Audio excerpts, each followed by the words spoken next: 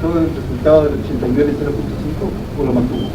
0.5, ese es el del año 89. No hay ninguna nueva información que yo conozca revisando esta medida. ¿La meta de reservas para el 90 cuál es? 300 millones de dólares.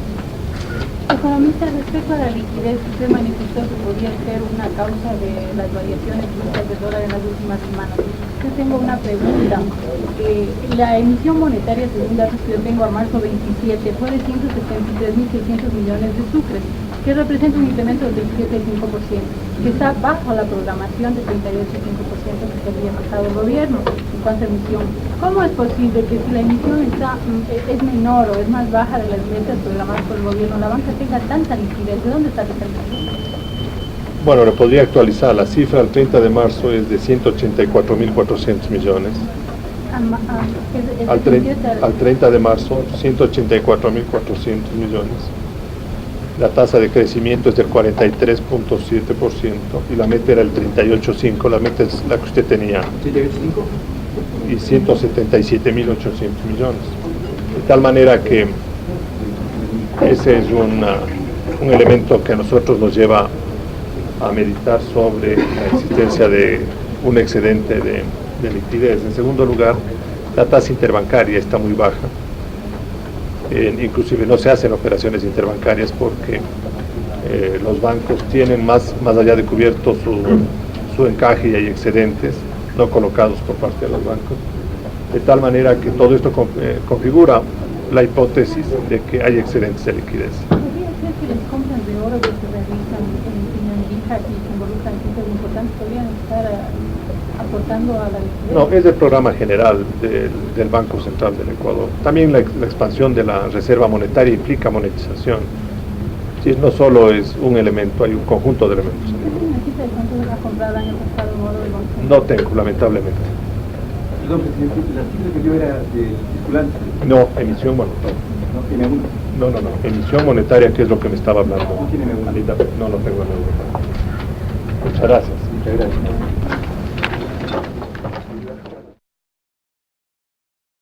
El alcalde de Machala, abogado Harry Álvarez, anunció esta mañana que propondrá juicio penal contra el ministro de Gobierno y el gobernador de la provincia de El Oro por la violenta incursión que realizó la policía para liberar al gerente de la sucursal del Banco de Machala, detenido bajo cargos de retener asignaciones municipales.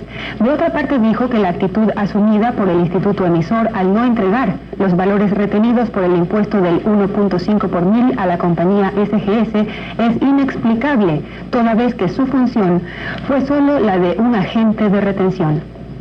Yo considero que la actitud del Banco Central todavía está a tiempo de ser liberada. Es decir, que el economista José Murillo disponga inmediatamente que se entregue al municipio de Machala esos valores y que nos deje a nosotros como ente municipal sostener la discusión de carácter legal ante los tribunales correspondientes sobre este problema con la compañía SGS. Pero el Banco Central salga de este problema.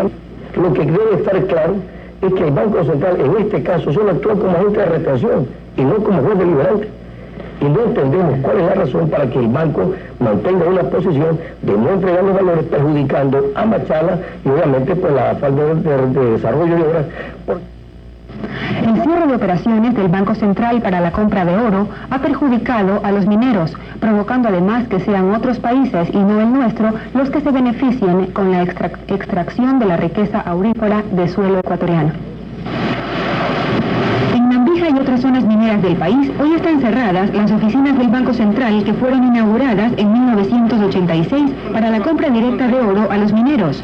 Hasta hace un mes, el sistema venía funcionando con éxito y los mineros recibían sus pagos en efectivo, cheque o transferencia. A su vez, el Banco Central vendía el oro en el exterior, fortaleciendo la reserva monetaria en divisas. Pero hoy, la compra de oro está suspendida por parte del Banco Central. La versión oficial indica que se están haciendo revisiones de procedimientos administrativos y operativos, sin decirse cuánto tiempo más durará esta suspensión que afecta a los mineros y al país, pero la razón de fondo parece ser otra.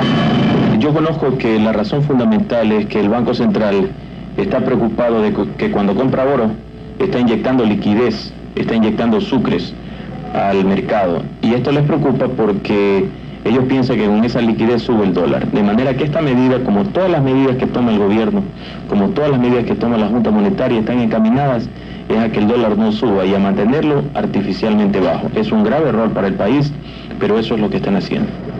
Los mineros señalan que están perdiendo entre 1.000 y 1.500 sucres por cada gramo que venden a particulares, los que a su vez están sacando nuestro oro a otros países. A ellos se añaden sospechas de lavado de narcodólares en las zonas mineras y otras situaciones como las que denuncia el ingeniero Guillermo Sotomayor. Habrán interpuestas personas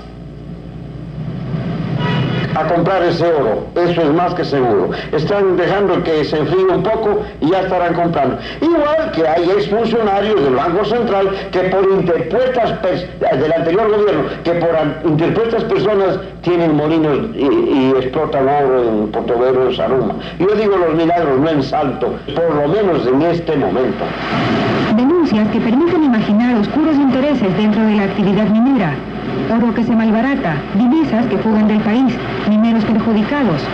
Y una incógnita aún no despejada por el gobierno, cuando se asegura que el oro físico de la Reserva Monetaria del Ecuador ha sido trasladado del Banco de Reserva Federal de los Estados Unidos a Suiza. Quizá, y digo quizá para garantizar algún préstamo. Eso sería realmente importante que lo puntualicen las autoridades económicas. Asuntos tal vez delicados, pero que el país quiere y debe conocer. María Isabel de Levet, Ecuavisa. La propia Reserva Monetaria. Economista, la obligatoriedad legal de que las instituciones públicas depositen sus recursos financieros en el Banco Central fortalece al instituto emisor, sin embargo, de lo cual debilita de alguna forma el aparato financiero privado en el país, que tiene una conexión muy estrecha con la pequeña industria, por ejemplo. No creo que haya un impacto importante en el sistema financiero como consecuencia de la ley que acaba de aprobar el Congreso Nacional, pero sí va a permitir a todas las instituciones públicas que tienen responsabilidad en el diseño de la programación económica poder contar con los instrumentos que aseguren el cumplimiento de los principios de austeridad y de atención de las distintas obligaciones. Economistas, ¿se han superado las divergencias con el Comité de Gestión sobre Reducción de la Deuda Ecuatoriana? Más que divergencias, el comité tiene un planteamiento de un acuerdo de carácter parcial y por un año en términos de tiempo, mientras que la República mantiene la tesis de llegar a un acuerdo de carácter global que le permita una solución de largo plazo. Estamos en ese punto manteniendo diálogo para tratar de ver si es que existen alternativas que acerquen a las dos propuestas. Economista del Comité Regional. Sí. En cuanto al precio del dólar, ciertos analistas consideran que se debe a la política de mini devaluaciones implantada por el gobierno. ¿Se va a introducir algún cambio en esta política? Ninguno. ¿Considera usted que incide las mini devaluaciones en el precio del dólar? No creo, porque hemos podido nosotros más bien apreciar que a través de un sistema de ajuste conocido, los distintos sectores económicos pueden calcular los costos y trabajar con bastante holgura en el desarrollo de sus actividades. Y en ese sentido, más bien, creo que la previsión cambiaria ayuda a estabilizar el mercado libre, en lugar de generar expectativas desestabilizantes. Economista, este comité regional creado en Caracas para hacer el seguimiento de la deuda externa, ¿cómo va a operar? Es un comité que está en este momento manteniendo la Secretaría de Coordinación por parte del CELA y que será informado con la oportunidad con que se vayan desarrollando eventos en el tema de la deuda externa, y no tiene ni periodicidad ni obligación de reunirse de manera formal, sino cuando las circunstancias lo ameriten. La idea que está detrás de la formación del comité de seguimiento es el de mantener debidamente informados a todos los gobiernos de la región sobre los avances que se van alcanzando en los distintos programas de renegociación de deuda externa, a fin de que se puedan aprovechar de esas ventajas e incorporar en los distintos procesos de negociación para favorecer a los países de la región. ¿Pero qué peso podría tener? Es un comité de información, de coordinación, de seguimiento y no tiene otro propósito que el de mantener informada a la región. Sí. ¿Cómo siguen las negociaciones con el Citibank que recuperaba pendiente de los 80 millones de dólares? ¿Y en qué sentido puede afectar la posición del Citibank en el proceso de renegociación, tomando en cuenta que es uno de los bancos más importantes de acreedores? No hay ningún cambio en la situación con el banco y no creo que afecte en nada a la negociación. ¿No hay ninguna solución por el momento? No hay ningún cambio en la situación. Economista, yo tengo una inquietud. El gobierno incluso en época de campaña habló de que mostró su interés por pagar la deuda social básicamente y preferentemente, pero de acuerdo a la distribución del presupuesto general del Estado, todo parece que la mayoría de ese presupuesto está destinado a los gastos militares y al propio pago de la deuda externa, y lo de la deuda social es realmente reducido. Es un poco contradictorio. Yo no le podría contestar porque le corresponde eso al señor ministro de Finanzas, es del área de su responsabilidad directa. Y en ese sentido me va a permitir que me abstenga de darle una. Economista. ¿Puedo contestar algo que tiene que ver con una inquietud economista? Si bien en la cuestión inflacionaria también se cita diferentes rubros, también se habla sobre el crecimiento económico. Alguien piensa que el crecimiento económico o la economía va a crecer en determinado porcentaje. Ustedes hablan de otro porcentaje, el secretario de Administración de otro porcentaje. Entonces, ¿en qué quedamos? Mire, en la materia económica, quien crea que maneja la verdad absoluta está partiendo de una premisa absolutamente errada. Las distintas instituciones públicas y privadas tienen todo el instrumental a su disposición para presentar razonadamente cuáles son sus estimaciones sobre la evolución que se espera de una economía. Y ello ocurre no solo en el Ecuador, sino en todos los países del mundo. Hay institutos de investigación privados que piensan de manera diferente a lo que está pensando en este caso el Banco Central, o está estimando el Banco Central. Y así ha ocurrido no solo en el Ecuador, sino en el resto de la región, en países industrializados. Se debate con mucha altura, pero con gran profesionalismo, las diferentes opiniones sobre crecimiento económico. De tal manera que nosotros, antes que pensar que hay una falta de coordinación o armonía entre las distintas instituciones, hay que entender que esto se debe a distintas formas de pensar sobre lo que puede ser el futuro de una sociedad. Y en el caso ecuatoriano nosotros hemos podido apreciar comentarios de distintos sectores que o unos aceptan u otros critican los indicadores que presentan los distintos organismos oficiales. La parte esencial, la parte básica para poder uno encontrar asidero en ese tipo de posiciones o postulados es el poder demostrar de una manera objetiva los sustentos que permiten dar un criterio de cualquier naturaleza. Por ello es que la Junta Monetaria, para poder expedir un programa económico, lo primero que hace es basarse en las estimaciones técnicas que realiza la gerencia respectiva del Banco Central. Y mientras no tengamos nuevas estimaciones de evolución del Producto Interno en el año 1990, no tenemos otra alternativa que sostener que la programación económica prevé un crecimiento del orden del 3.5%. Hasta la fecha no disponemos de una nueva estimación y por lo tanto no podemos ofrecerle al país o una ratificación de eso o una revisión de la cifra. Pero como todo indicador económico está sujeto a revisión en cualquiera de las direcciones. Y la revisión tiene que ser producto de un trabajo profesional y no simplemente de una elucubración personal. Economista, al respecto del mismo tema, ¿es posible que esto suceda entre el Instituto Emisor, la Junta Monetaria y las instituciones privadas como universidades especializadas? Lo que nosotros preguntamos es cómo es posible que entre las instituciones estatales, donde ustedes son la voz autorizada, hayan otras instituciones que estén en desacuerdo en las cifras. Porque hay distintas opiniones, distintos puntos de vista. Porque instituciones económicas que tienen responsabilidades de distinta naturaleza pueden llevar adelante sus propias investigaciones. El problema va a estar en el grado o en el nivel de solvencia que tienen esas estimaciones. Porque si el trabajo técnico ha sido profesionalmente realizado, se puede defender una estimación, cualquiera que ella sea, concuerde o no con la que tiene el instituto emisor o con el que respalde la Junta Monetaria.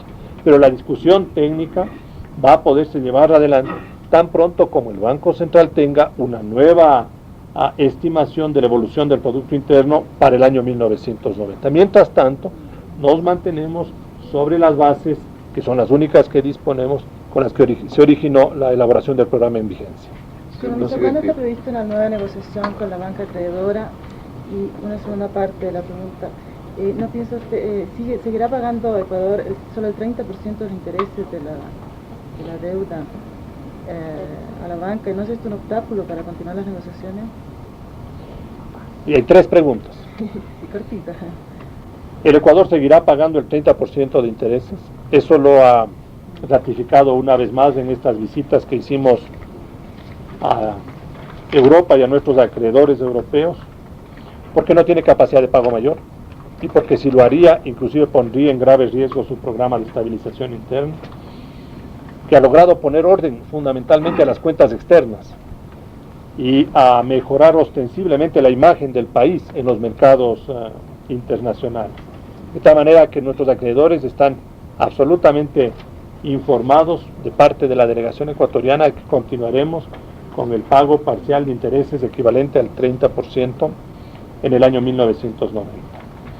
En segundo lugar, estos pagos parciales no son bajo ninguna circunstancia un obstáculo para las negociaciones, sino que confirman la seriedad con que el Ecuador trabaja en sus negociaciones externas, porque demuestra que esa es su capacidad de pago, de que va a continuar llevando adelante esta práctica como una demostración de la coherencia y consistencia en el proceso de negociación, y porque además inclusive los distintos organismos multilaterales han apreciado que esa es una cifra razonable de pagos por parte de la República.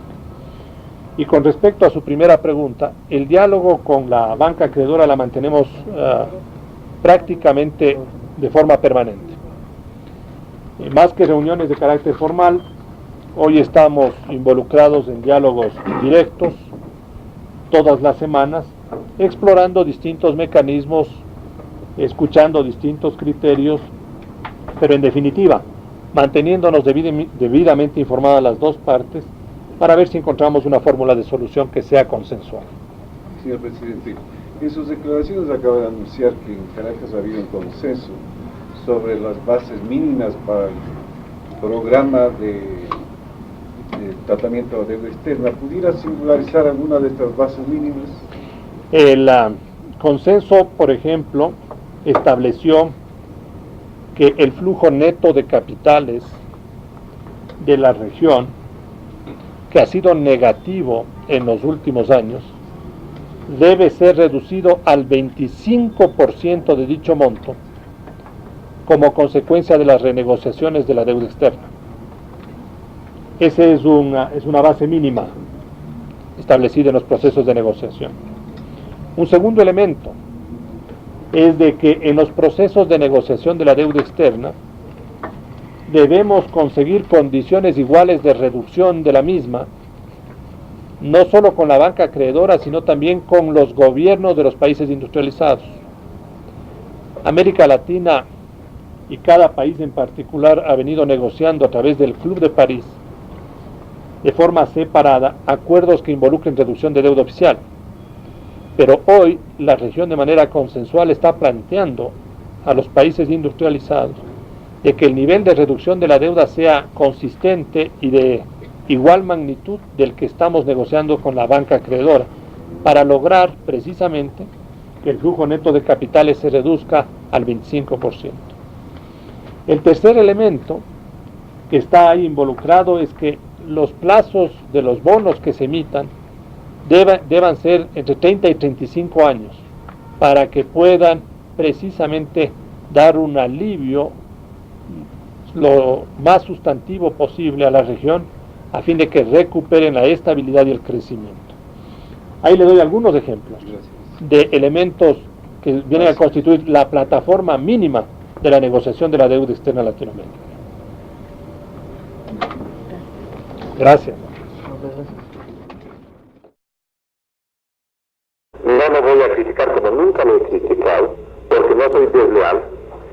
Y usted siempre va a encontrar, Alfonso, que cuando yo señale un hecho, yo voy a señalar el hecho y no me voy a bajar al insulto personal, al ataque por la espalda, ni a buscar una ventaja en favor de Abelardo Pachano y en contra de otra persona. Soy lo suficientemente franco y maduro como para decir las cosas como las pienso. Aquí en el C de Canal 8 y de Coavista, como en cualquier otra parte. Muchas gracias, economista. Aclaraciones importantes respecto de la situación que estamos viviendo en materia económica, lo que sostiene el presidente de Junta Monetaria como estrategia que debe mantenerse a futuro y desde luego la respuesta a los comentarios que han surgido de varios sectores en tono crítico al esquema general que viene aplicando el gobierno desde agosto de 1988. Volvemos en un momento con más información y muchas gracias. Les hemos convocado en esta oportunidad para informarle por su intermedio a todo el país de la decisión tomada el día de hoy por el señor Presidente de la República de aceptar la renuncia a mis funciones de Presidente de la Junta Monetaria, la misma que la presenté hace algún tiempo a fin de reintegrarme a mis actividades particulares. Por su parte, queremos también señalar que el señor gerente general del Banco Central, licenciado José Morillo, presentó también su renuncia irrevocable al cargo que ha venido ejerciendo, y esta será conocida por el plenario de la Junta Monetaria en su próxima sesión, conforme lo determina la Ley de Régimen Monetario. Con el propósito de evitar conjeturas, especulaciones, rumores que se han hecho en torno a la decisión nuestra de retirarnos de las funciones de presidente de la Junta y de gerente general del Banco Central, que las venimos desempeñando desde el inicio de este gobierno, por el honroso encargo y la deferencia que nos hiciera en aquella oportunidad el señor presidente constitucional de la República. Queremos, a través de los distintos medios de comunicación, hacer algunas precisiones que consideramos sumamente importantes.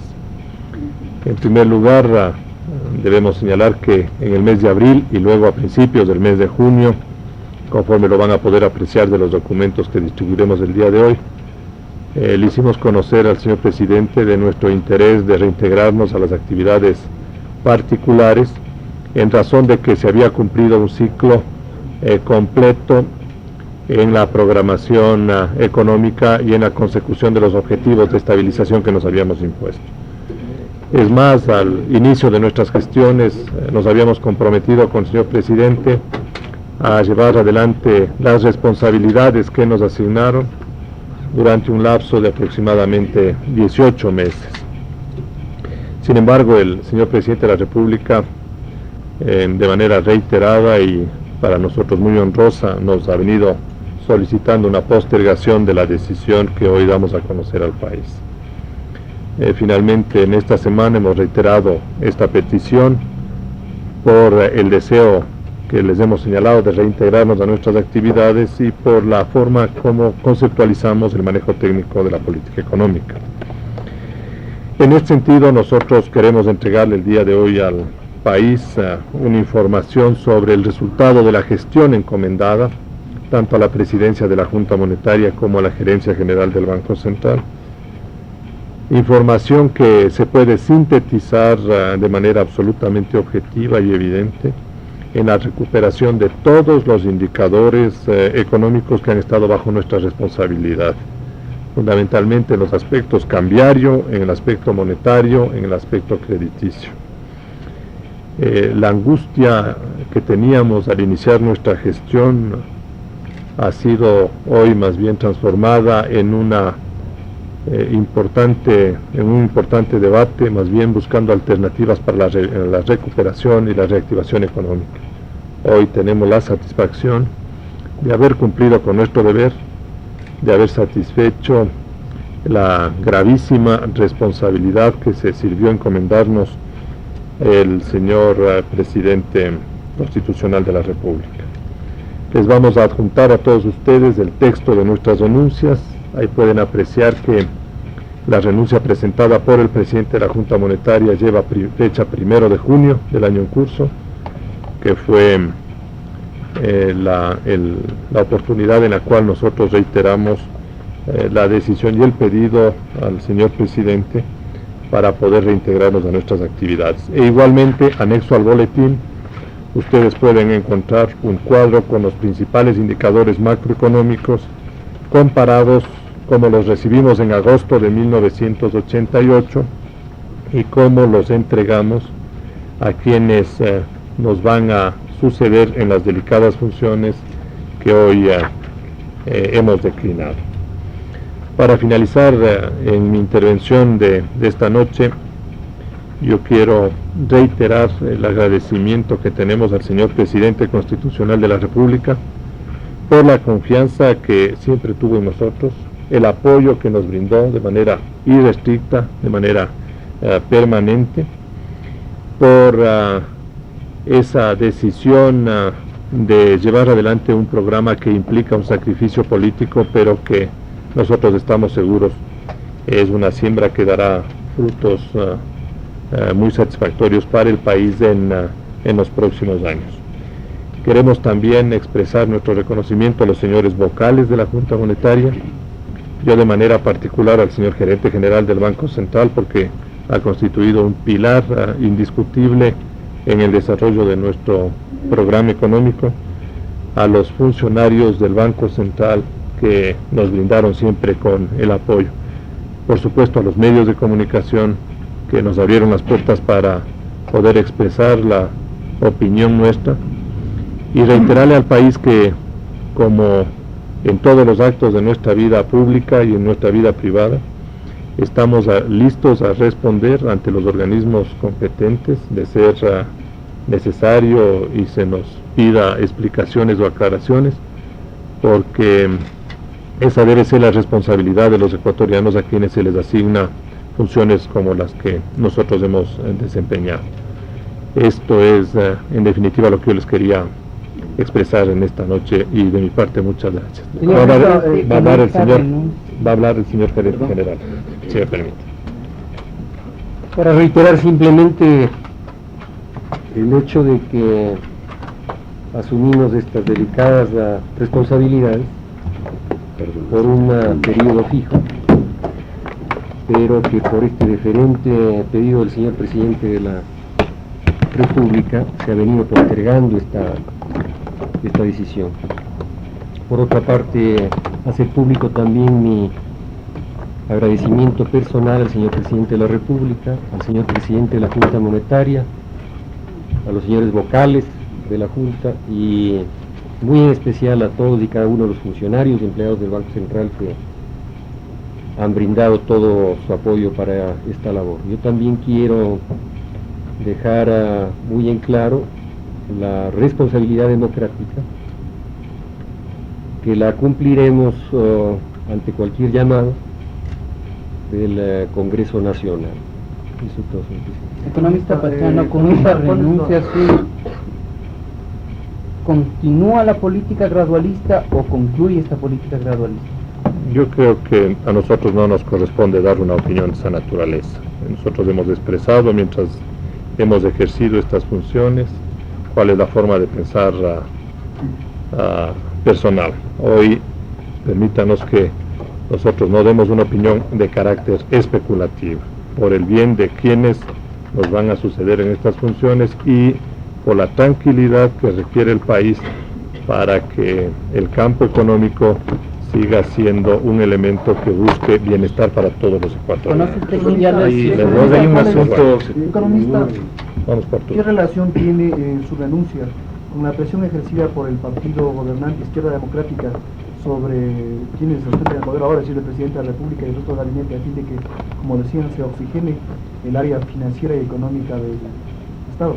Ninguna, porque la decisión nuestra fue expresada con la suficiente antelación al señor presidente de la República. Usted tiene la fecha exacta de nuestras peticiones al primer mandatario el deseo de reintegrarnos a nuestras funciones particulares, y solo la deferencia que nosotros agradecemos del señor presidente ha ido postergando esta decisión.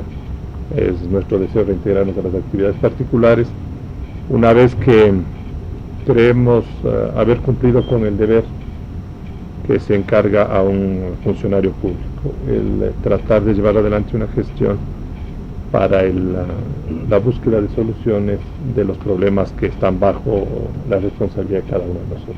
Señor presidente, hay un asunto que amerita un esclarecimiento de la manera como usted juzgue hacerlo, pero en los últimos días se ha mencionado que el detonante de las dimisiones de las autoridades monetarias aduce a la ampliación del déficit fiscal. En realidad la decisión nuestra fue anterior a que tengamos este elemento dentro del programa económico de estabilización. No dejo de reconocer que es un factor perturbador en la ejecución del programa de estabilización.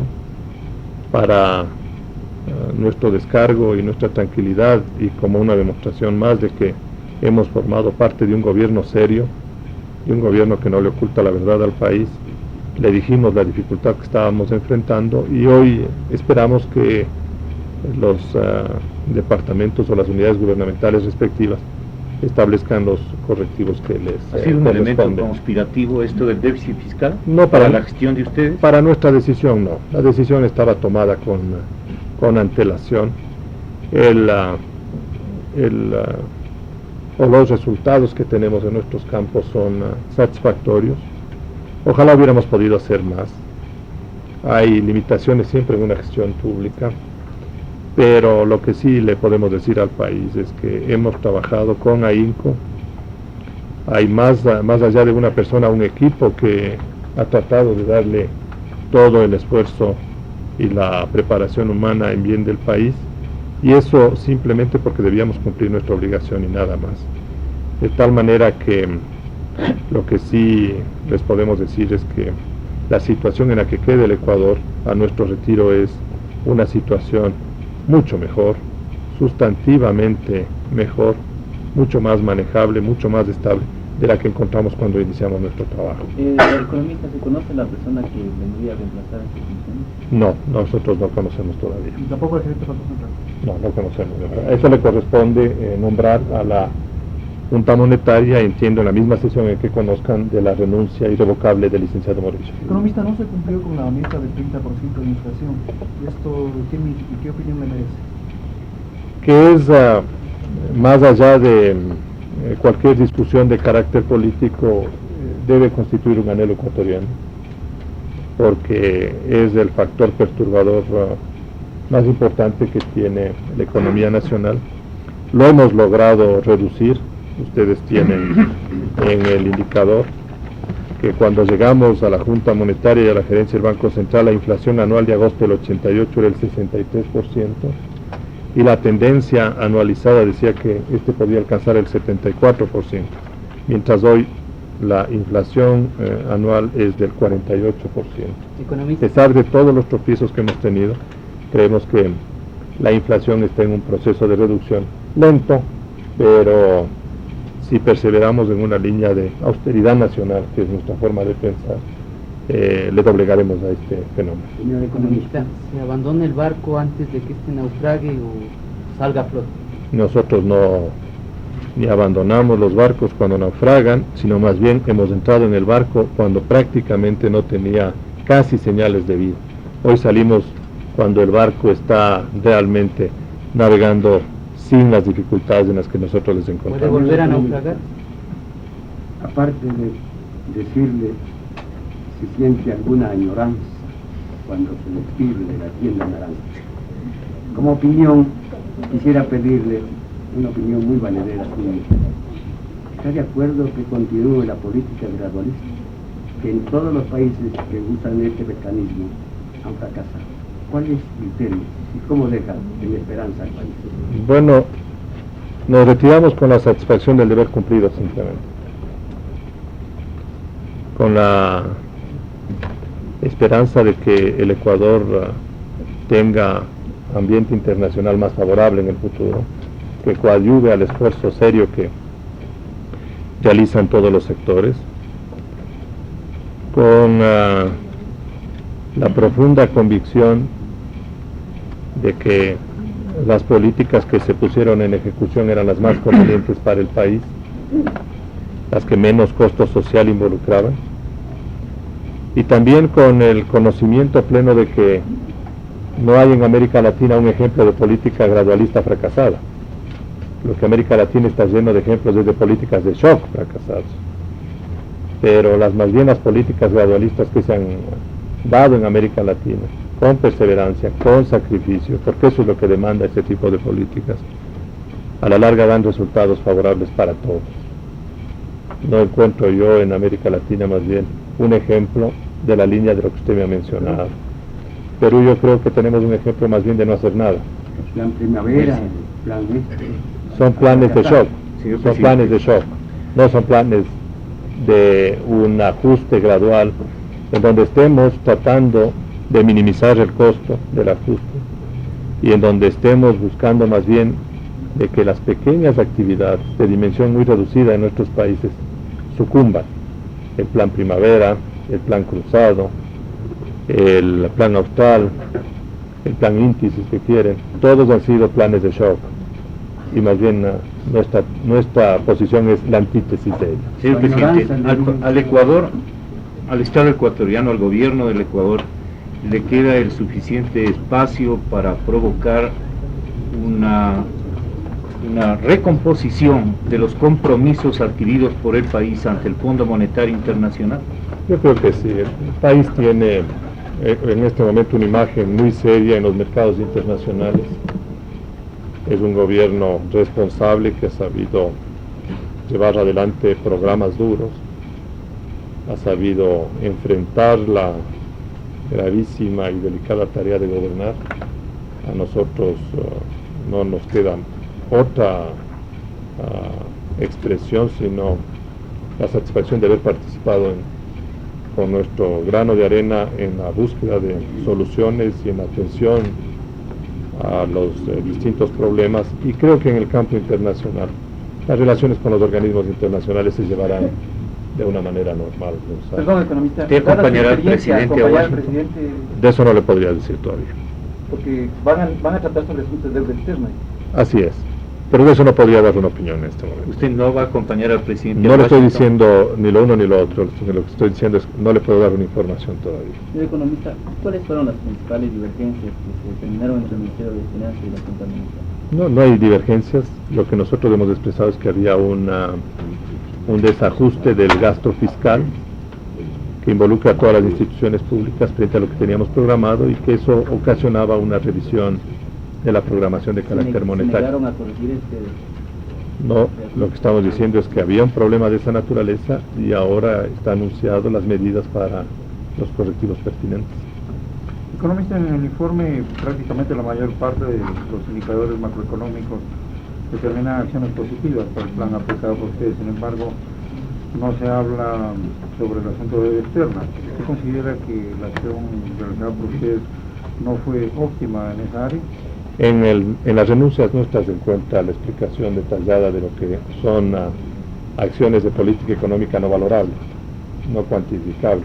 Lo que usted tiene en el anexo son indicadores macroeconómicos de carácter cuantitativo, pero en el texto usted va a encontrar la explicación de lo que nosotros consideramos los importantes avances dentro del proceso de negociación. Hemos logrado sentarnos en la mesa con la banca, hemos conseguido la aceptación de que la reducción de la deuda es necesaria para el país, hemos conseguido de que se abra la posibilidad de recompra para el Estado ecuatoriano y en definitiva hemos logrado también el apoyo de los organismos internacionales para otorgarnos recursos que permitan beneficiarnos de esos descuentos. De manera que hay un avance importante y la explicación en detalle la encuentro en el texto de nuestras renuncias. ¿Existe alguna sugerencia final para los sucesores al respecto de la continuidad de la política económica? No nos atreveríamos a hacerlo ninguna. Señor economista, ¿es más importante la ejecución de obras en beneficio partidista o la continuación de la política gradualista? No le puedo hacer ningún comentario. Perdón, licenciado Morillo, ¿cómo queda la gestión realizada por usted con relación al Citibank? Como es de conocimiento de ustedes, la propuesta del Citibank para hacer un nuevo préstamo en restitución del débito que conoce el país fue planteada por parte de ellos ligándola a la renegociación de la deuda externa global. Había, para recordarle al país a sí mismo, una condición totalmente inaceptable en el sentido de que el nuevo préstamo tendría que estar ligado de alguna manera a la fijación de un plazo perentorio dentro del cual el Ecuador tendría que terminar sus renegociaciones. Esto obviamente le habría restado al Ecuador un campo de gestión, y esta es una de las temas que sigue pendiente como parte del paquete global de renegociación de la deuda. No hay esperanza quizá de que el débito se elimine. ¿No hay esperanzas de que se haga el nuevo préstamo? De que se recupere los 80 millones. Sí, hay todavía. Como le digo, es parte de la renegociación global de la deuda. Pero debe haberse pagado ya, hasta ahora debe haberse pagado ese crédito, ¿no? O sea, Citibank se asumió su crédito y terminó todo. Ese crédito debió haberse pagado hace muchos años. Y como ustedes recordarán, había venido siendo renovado por periodos cada vez de 90 días. Pero el origen es del año 82. ¿Y esa situación que ve con? Así es. Economista Murillo, sin que usted sea un pitonizo, usted estima que el dólar subirá a 2.000 sucres, se dice en fuentes técnicas monetarias. Yo creo que un aporte que podemos hacer todos, y en ese término incluiría yo a los medios de comunicación también, es no propiciar un ambiente de especulación, sino un ambiente más bien de confianza en el país, en sus gentes, y este tipo de pronunciamientos lo único que hacen es lo contrario, crear un clima de incertidumbre en el cual deberíamos colaborar también los medios de comunicación para evitar ese tipo de comentarios. ¿Cuál sería la terapia, para que no suba el dólar? Controlar la inflación, obviamente. Muchas gracias. Gracias. Gracias.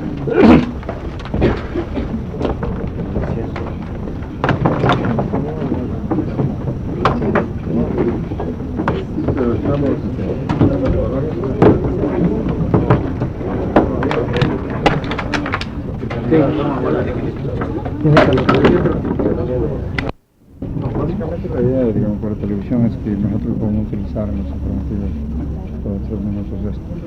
Entonces, toda esta explicación que se ha planteado aquí, que nos ha dado, quisiéramos hacerla por la mañana, así que el asunto es Déjeme para ver cómo coordino eso, porque en realidad para nosotros es mucho más delicado, saliendo de las funciones de hacer comentarios. No para comentar, sino para hablar sobre... Yo le doy una respuesta. ¿En qué tiempo lo veo? En media hora, una hora máximo le avisamos. ¿Qué? Ya, gracias. Encantados. Tomará las merecidas vacaciones. Ahora el presidente Calderón lo acaba de cerrar y de eliminar. 5 años fueron los ticos. 5 años fueron. ¿Cuál es entonces el tema para nosotros? De que debemos encontrar una voluntad de la otra parte para arreglar. No sé, que no podemos a la fuerza. El grupo acreedor, el negociador de la famosa comisión, se ha cerrado. Dice, bueno, nosotros tenemos este planteamiento, regresen cuando acepten. Sí, no es esa postura, ¿no? Digamos, exagerando. Claro, no tienen prácticamente, sí, no tienen esa postura. Pero nosotros tenemos el respaldo de los organismos internacionales. Y por eso la propuesta Bush que acaba de salir nos ayuda. Porque eso genera un ambiente aún mucho más proclive a que se produzcan reducciones de deuda. A la banca no le gusta la reducción de deuda por el antecedente que genera. Y porque si vienen dos países grandes atrás, Argentina les va a pedir una reducción importante de deuda. Pero significa 12.000 millones de la deuda oficial. 22.000. 12.000 millones ha dicho Bush oficialmente. No, lo de Bush sí, se hablaba de Argentina. No. Bueno, lo de Bush no es por el volumen, es por el hecho, el apoyo político, ¿no? Y por lo que nos está... Es lo que hizo Francia con los países de Sudán y están por debajo del nivel de la... Pero con una diferencia. Nosotros queremos compararnos, asimilarnos a esos países. Pero con una diferencia. de que Bush dice, nosotros estamos dispuestos a hacer esta reducción siempre y cuando haya políticas económicas que le integren a América. Y ha hecho una propuesta de inversión extranjera y otra propuesta de comercio. Entonces dice, hagamos una gran zona de libre comercio americana, no latinoamericana. Pero como eso es difícil, aunque sea negociemos bilateralmente, pero lleguemos a acuerdos. Y siempre y cuando tengan programas económicos que les den viabilidad. Claro que les hagan solventes, en una palabra. De tal manera que no es una dación gratuita, no es un obsequio como el problema de los africanos, sino que responde a... Adicional a esto, ¿cómo te parece ese condicionamiento con relación al libre flujo de capitales en igualdad de condiciones con los capitales nacionales, por ejemplo? Tenemos nosotros, con el mercado libre, el impuesto a la renta discriminatorio con respecto al capital extranjero. El mercado libre no te restringe nada. Pero en una cuestión impositiva, tributaria, yo creo que hemos mejorado una gran cantidad en eso. Tenemos topes de 25 para el capital nacional, pero no para el extranjero. Para la remisión no tenemos. Es decir, para la remisión no tenemos. Pero aún en el caso, fíjate, Chile, que me decías que te gusta. La remisión al capital extranjero en Chile está sujeta a 5 años de permanencia. 5 años, sí. Ah, los países tenemos que ponernos ciertas defensas, ¿no? Ahí te pones... Pero encantados invierten en Chile por 5 años porque hay estabilidad. Pues. Yo estoy de acuerdo contigo. Aquí no, bueno, yo con esa inestabilidad ecuatoriana invierto, pero para sacar la ganancia en el menor tiempo posible porque que vendrá. Y yo en ese sentido yo coincido contigo. Tiene que haber estabilidad política y una línea de política económica. Suponte tú que dicen no al gradualismo, dicen sí a tal otra línea, pero fijemos los ecuatorianos en la línea de política económica. En eso, por ejemplo, los colombianos nos han dado una gran lección, porque cualquiera que sea el partido político han respetado las líneas de acción. Chile, igual, correcto, la seriedad del... Fíjate, por ejemplo, nosotros decimos independencia del Banco Central, que no se le vuelva a utilizar como mecanismo de financiamiento de los déficits fiscales. Sí. Si hay algo importante es eso. Los chilenos han creado, al final del gobierno de Pinochet, un estatuto que es más duro que el ecuatoriano, porque le sacaron al ministro de Finanzas de la Junta Monetaria chilena. En la Junta Monetaria chilena no está el ministro de Finanzas. Fíjate tú eso. Se llama la troika financiera. Tratando de imitar el banco de la Reserva Federal. Exactamente igual. Entonces, ahí también tú puedes ver que los ecuatorianos deberíamos decir, muy bien, la política, vamos a promover exportaciones, entonces hagamos promoción de exportaciones. Vamos a promover minería, promovamos. Vamos a promover turismo, pero escojamos 4 o 5 cosas básicas. Y con eso vayamos todos. Y siempre defendamos ese objetivo. Siempre defendamos ese objetivo. Pero para hacer eso de la deuda, es decir, de la negociación de la deuda, entonces tú no te sientes presionado ni muy preocupado porque no se haya llegado al acuerdo, porque de hecho se han mantenido buenas relaciones, el flujo, hemos avanzado, la imagen, etcétera, etcétera. Hemos avanzado en varios aspectos, en muchísimos aspectos. Primero, en que la banca en este momento ha aceptado negociar con nosotros. Segundo, que ellos aceptan el principio de reducción de deuda. Está aceptado. Lo que está en discusión es el porcentaje. Tercero, han aceptado que el Estado pueda recomprar su deuda. Lo que está en discusión es el monto. En cuarto lugar, han aceptado el principio de fase. El problema es que no quieren hablar de la segunda fase. Es decir, hay un montón de elementos de la negociación que ya están sentados. El día de mañana yo podría decirle al país, hemos cerrado una negociación en las condiciones en que ellos estaban planteando, con algunas modificaciones, que creo que están dispuestos a hacerlo porque habían expresado, inclusive, creo que están dispuestos. Pero yo puedo salir ahí airoso, diciendo que ya hay un acuerdo y que en el año 91 nos vamos a volver a ver para ver lo del futuro. El país mucho más tranquilo. Pero en el 91 al país le va a costar mucho más. Creo que le hago un daño. Por lo menos yo creo que el inconveniente es interés. Y si la relación con ellos es buena y fluida, y ellos saben que nosotros estamos haciendo un esfuerzo para mantener las cosas seriamente, y no utilizamos el pago de intereses como chantaje, porque eso de decirles yo no les pago a ustedes intereses mientras no negociemos es un chantaje, como hicieron los peruanos, que chantajearon a la banca, y ahí están las consecuencias. Ahí están las consecuencias de los peruanos. Nosotros al pagar 30% de lo que le estamos diciendo a la banca, usted está hablando con gente honesta. Usted está hablando con los acreedores, están contentos también. Bueno, ¿están tranquilos? Sí, están tranquilos. ¿Para qué fuiste a hacer en Londres? Aparte de dictar conferencias en un seminario sobre la deuda externa, ¿era, no? Sí. No, llevaste con Lord... con Sir Jeremy Morse. A conversar con él porque Lloyds, porque es el banco chairman. ¿Hablaste con él? Hablé con él, conversé con él, para que precisamente flexibilice la posición. Creo que algo de eso allá. Las primeras informaciones que tengo es que se ha flexibilizado de alguna manera la posición de Lloyds. Hablé con los otros bancos ingleses. Ahí hay el Midland, que es un banco importante del comité de gestión, también conversé. Hablé con el NatWest, que es otro banco importante dentro de las acreencias ecuatorianas. Y luego hablé con los bancos franceses, que son bancos complicados. Y había la posibilidad o el pedido de que vayas a Japón para protocolizar, formalizar el asunto de la negociación de la deuda con Japón. No hay nada. No hay nada. No hay nada todavía. No hay nada ahí. ¿La gestión del canciller? No, el canciller lo que hizo es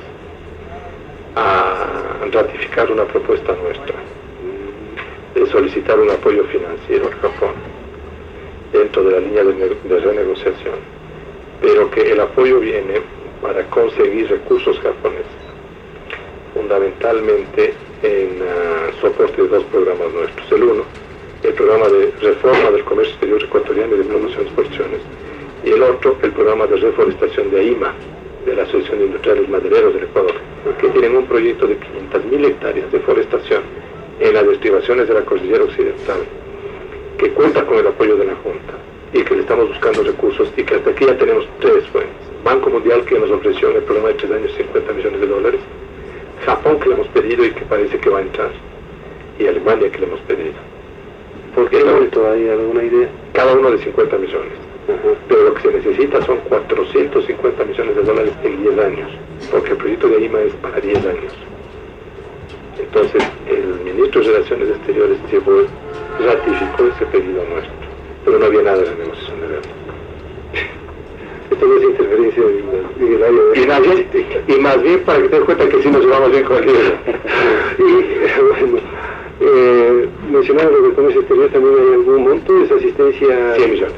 100 millones, porque hay otros 100 millones para la de la banca de Japón, ¿no?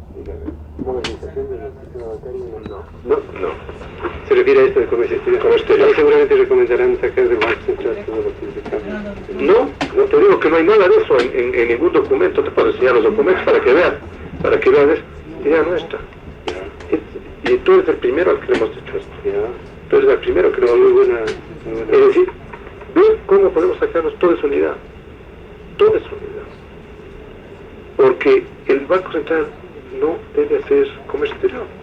La Junta Monetaria debe dar las normas. En el país llámale Junta Monetaria, con nadie, cualquier cosa, un solo organismo que te dé normas instrumentales, que es política monetaria, política cambiaria, crediticia, tasas de interés, todo eso. Pero el Banco Central debería hacer un poco lo que Pepe Morilla dice, money supply. Eso no está en ninguna negociación con ningún organismo. No necesita Citibank. Citibank.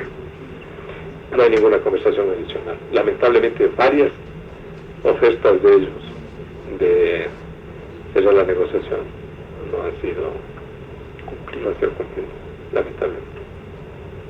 ¿Cuáles? Varias, ya teníamos inclusive los borradores del acuerdo, no cumplieron. ¿Dónde se tropieza? ¿Cuál es el escollo principal?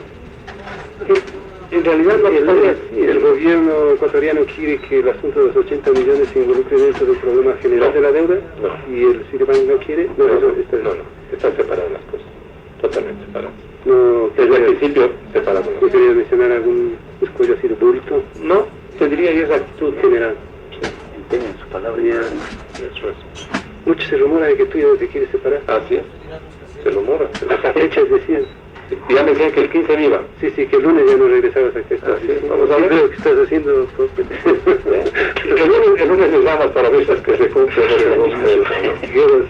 Y a lo mejor hasta la próxima semana tienes una noticia que te va. ¿Hasta la próxima semana? No puedes adelantar por opinión. No, porque estoy prohibido de... Pero puede ser que se dé una información sumamente importante para el país, no de la Junta Monetaria. No tiene que ver la Junta Monetaria. ¿De la economía? Pero es una información política del país. ¿Cambios? No, nada de inestabilidades ni nada por eso, sino una información que te va a demostrar que las cosas están por otro lado. No cambios de hombres, no. Nada de desestabilización de personas, nada de decisiones de política económica, para que no creas que te estoy especulando en cosas de eso. Una información que va a ser, yo creo que para ti especialmente, va a ser muy alentadora. Como periodista, ¿no? Muy comercial e independiente, pero para ti, que con tus criterios que tú tienes, va a ser muy alentadora. Entonces, desde el punto de vista cambiario, si tú tienes orden y tienes un ambiente de esa naturaleza, nosotros podríamos decir que el sector externo no se constituye en una limitante para el... Entrevista en Canal 8 de televisión, viernes 13 de julio de 1990. La crítica que se declara en los últimos días tiene que ver con el esquema económico gradualista que se le declara agotado y la estrategia antiinflacionaria basada en la restricción del circulante. Se pide más circulante. Su respuesta en primer lugar. Bueno, primero, Alfonso, yo quisiera mencionar que toda política antiinflacionaria involucra no solo al área monetaria, a la política cambiaria, sino a todos los demás aspectos generales de la política económica. Políticas de producción, políticas de promoción, política fiscal, para que en conjunto ayuden y colaboren en el enfrentamiento de la inflación. Pero la acusación va por ese lado, ¿no? De que solo restringiendo el circulante se está tratando de combatir la inflación sin los resultados anhelados. Yo creo que, en primer lugar, la inflación está en un nivel sustantivamente menor del que la encontramos. Hemos logrado estabilizarla, es muy difícil bajarla y por lo tanto, para todos aquellos que están buscando una política mucho más expansiva de la que tenemos en el momento actual, creo que vale la pena llevarles a la reflexión de que si es tan duro bajar, sería irresponsable, por decirlo menos, el que se flexibilicen las políticas monetarias bajo el argumento de que 2-3 puntos adicionales de inflación no podrían ocasionar un desajuste o un desarrollo mayor. El problema es que esos 2-3 puntos constituyen una información y generan una expectativa en el país de que ya se están flexibilizando las políticas económicas y consecuentemente el proceso inflacionario va a llegar a niveles mucho más altos y con eso destrozamos todos los elementos centrales de lo que es el objetivo de la estabilización. No se ha dicho en cambio también que la inflación se mantiene un poco alta, es decir, en los últimos meses no se ha visto una reducción en los términos que vayan a la meta que anunció el gobierno para fin de año, por el hecho de que no hay oferta de productos, de que no se ha producido en el Ecuador en este año la reactivación económica. Yo creo que la oferta nacional y la producción de alimentos ha sido relativamente buena. El país conoce las dificultades que han existido en este sector. En algún momento, inclusive nosotros, en este mismo programa, Alfonso, señalamos nuestra profunda preocupación, y eso fue en el mes de marzo, si no estoy equivocado, de que uno de los problemas que teníamos en el enfrentamiento de la inflación era las deficiencias de los procesos de comercialización agropecuaria, tanto público como privado, el problema del desabastecimiento de productos esenciales, de tal manera que este es un fenómeno sobre el cual hay que trabajar, hay que intensificar para mejorar las redes de comercialización. Pero yo creo que el nivel de producción ecuatoriano para la alimentación es relativamente adecuado y no se nota en los mercados un proceso de especulación. Más bien hay críticas, en este canal lo he escuchado en varias oportunidades, de productores de algunos bienes esenciales, como por ejemplo del arroz, que se quejan de que el precio ha caído sustantivamente y eso ya no les hace atractivo para una futura siembra, la famosa siembra de verano. Eso quiere decir en definitiva que los precios están estabilizados o que por lo menos en los mercados no hay un proceso de especulación. El problema es tratar de encontrar un punto central de equilibrio entre lo que es una oferta y una demanda. Y dentro de la demanda actúan diversos componentes, un componente privado, un componente público, el componente de la inversión, el componente del gasto. En definitiva son varias cosas que se suman para dar ese gran agregado, esa gran demanda nacional. Y la política monetaria es clave. Una política monetaria irresponsable, una política monetaria absolutamente complaciente en circunstancias como las que estamos viviendo, lo único que le va a llevar al país es que en un lapso muy corto el más rápido que nos podríamos imaginar, nos vamos a consumir las escasas reservas externas y la escasa estabilidad interna que hemos conseguido. De tal manera que nos parecería a nosotros imprudente modificar los lineamientos de la política monetaria, cuyos objetivos están señalados y que han conseguido un sector externo ordenado, un sector financiero también ordenado, y en donde estamos trabajando precisamente para que se pueda dar un ambiente de mayor fomento a la producción, que no es sencillo, porque no tenemos recursos los ecuatorianos. Cada vez que baja el precio del petróleo en el mercado internacional, por cada dólar, los ecuatorianos perdemos 70 millones de dólares anuales.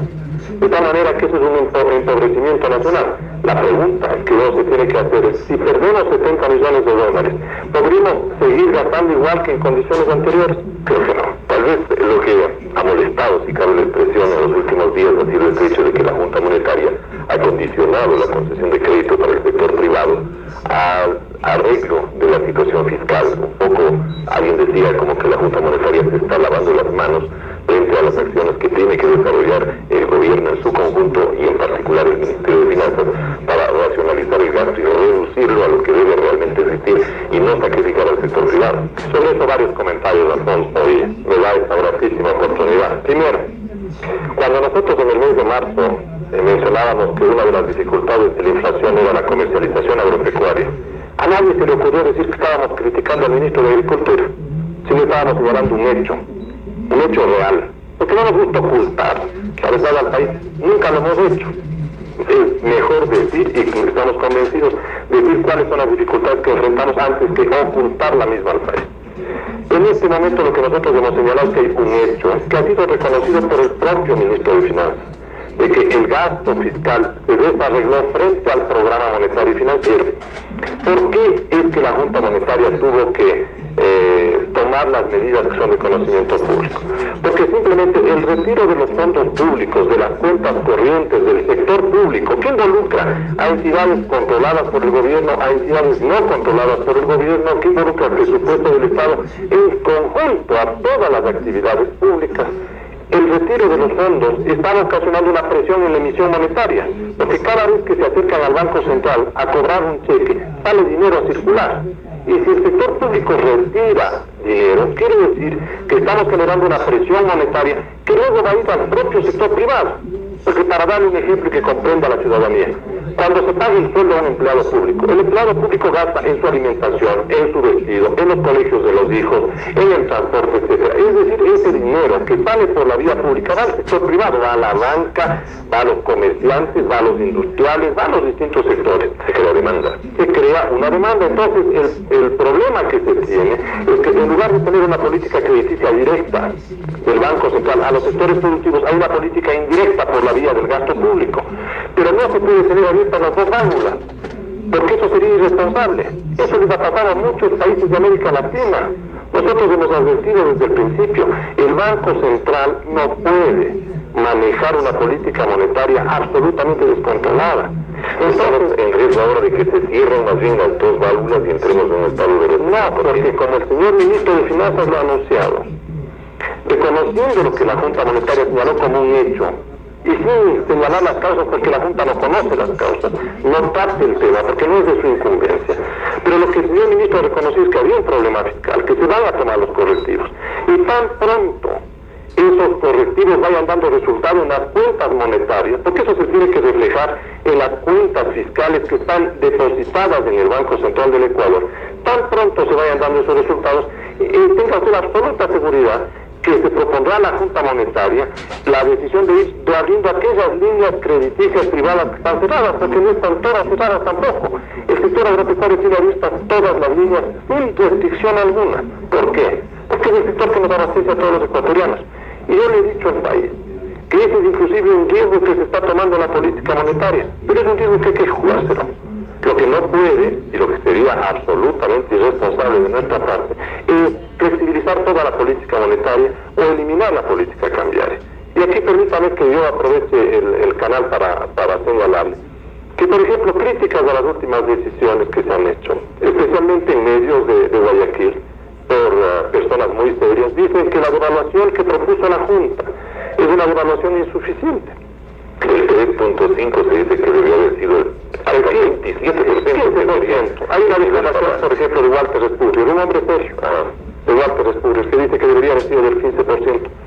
La pregunta que yo quisiera hacerla aquí en público es, a la vez que se pide una devaluación del 15%, se pide que baje la inflación. ¿Usted cree, Alfonso, que con devaluaciones de esa magnitud se pueden evitar impactos inflacionarios internos terribles? Entonces hay que manejar las decisiones en un rango muy delicado para compatibilizar el mantener la inflación baja y continuar reduciéndola con el promover exportaciones. Es decir, que las señales sean para todos los elementos del Ecuador. Uno no puede hacer política económica por conveniencia. Uno no puede decir, esta medida es mala para los industriales. Por lo tanto, como yo tengo amigos industriales, no lo vamos a tomar. Eso sería hacer política económica con mano en el bolsillo. Eso es inmoral. La política económica tiene que ser mirada en términos globales. Las decisiones tienen que ser globales. El país tiene que saber cuáles son los problemas. De tal manera que nos va a encontrar en esa misma línea para asegurar objetivos. La aceleración quizás del gradualismo en cuanto a que, por ejemplo, ese porcentaje de devaluación del 3.5%, que no llegue al 15%, pero que suba al 10%, digamos, se lo digo un poco desde el punto de vista del que no conoce de las cosas. Pero todo tiene que tener un sustento técnico, Alfonso. Si es que en lugar del 3.5% hubiera sido necesario el 10%, tenga la seguridad que nosotros la proponíamos. Pero además no es Abelardo Pastrana el que toma la decisión, es un cuerpo colegiado que se llama Junta Monetaria, en donde hay 4 ministros, es el representante del CONADE, hay 3 representantes del sector privado, que todos analizan ahí la decisión, todos la comentan, porque es un cuerpo amplio, es un cuerpo colegiado en donde se respeta la decisión. Es verdad que el gerente del Banco Central, como es usual y ha sido usual y tradicional en la Junta Monetaria, él es el que propone las políticas, pero todos actuamos dentro del marco de la Junta Monetaria para tomar decisiones. Y aquí que no se crea que me estoy lavando las manos, porque yo estoy de acuerdo con todo lo que se ha hecho. Y en este caso lo que quiero es explicar que no es una sola persona la que está meditando y tomando decisiones, sino que es un cuerpo colegial con el cual me identifico y con el cual estoy solidario.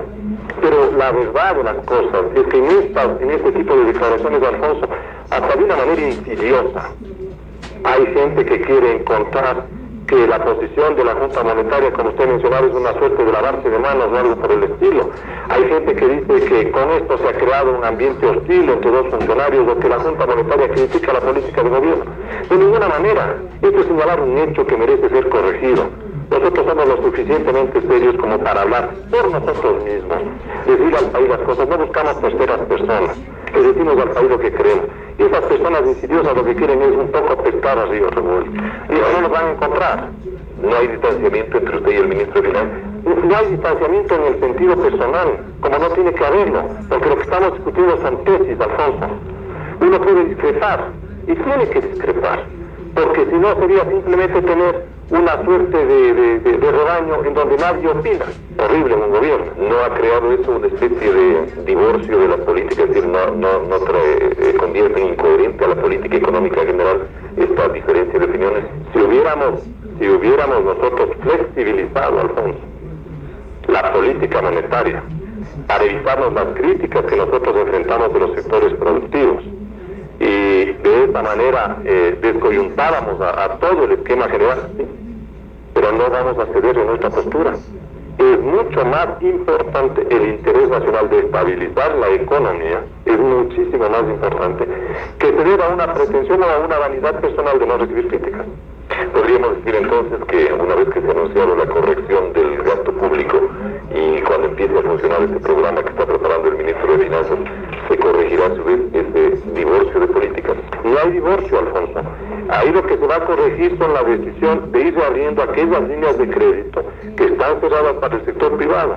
Porque lo que le va a pasar al Banco Central tan pronto se den esos resultados es que el sector público va a depositar recursos en el Banco Central. Y conforme van entrando esos subsidios al Banco Central, esos mismos pueden servir para prestarles directamente al sector privado. De tal manera que es una suerte de transferencia de recursos entre un sector y otro de manera directa. Pero mientras el sector público está gastando, también hay que reconocer que el sector privado se está alimentando por la vía que yo le explicaba del cheque, del pago de un haber o de una inversión cualquiera.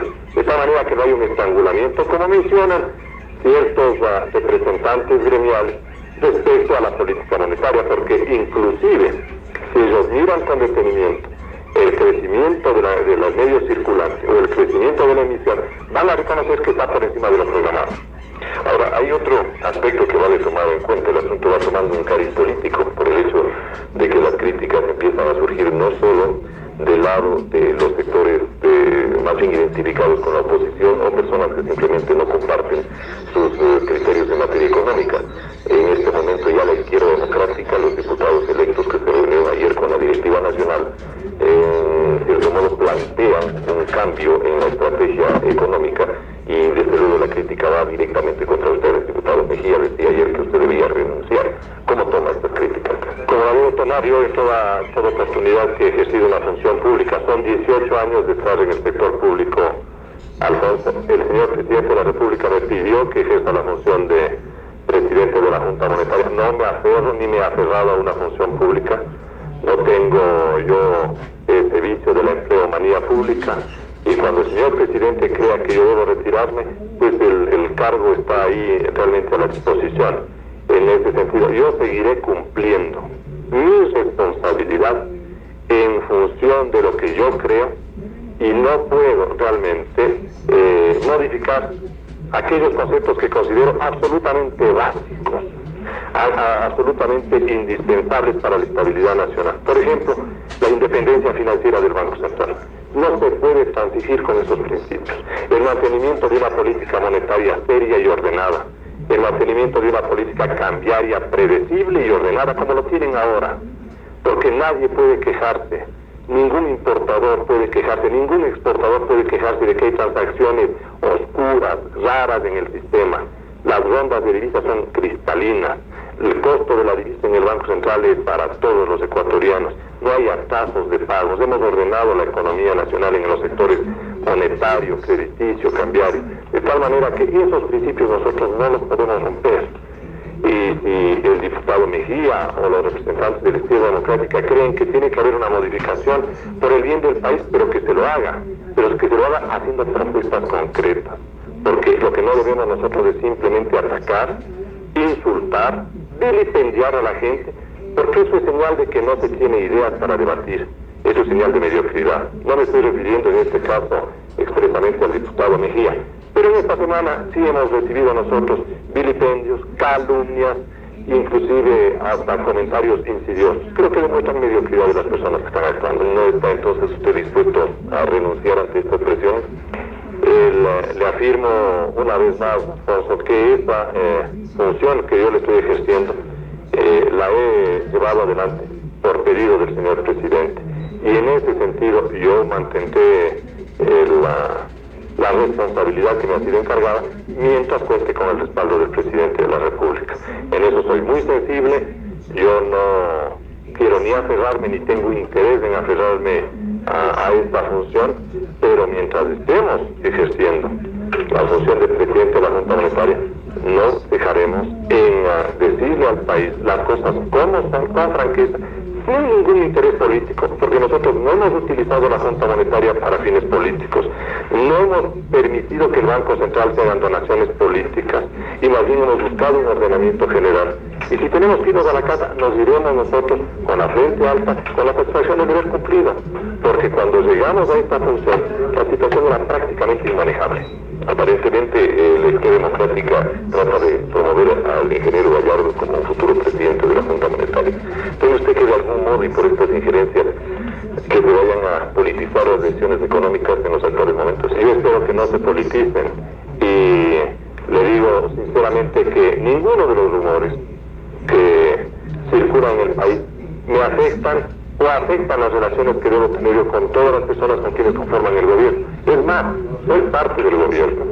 No lo voy a criticar como nunca lo he criticado, porque no soy desleal. Y usted siempre va a encontrar, Alfonso, que cuando yo señale un hecho, yo voy a señalar el hecho y no me voy a bajar al insulto personal, al ataque por la espalda, ni a buscar una ventaja en favor de Abelardo.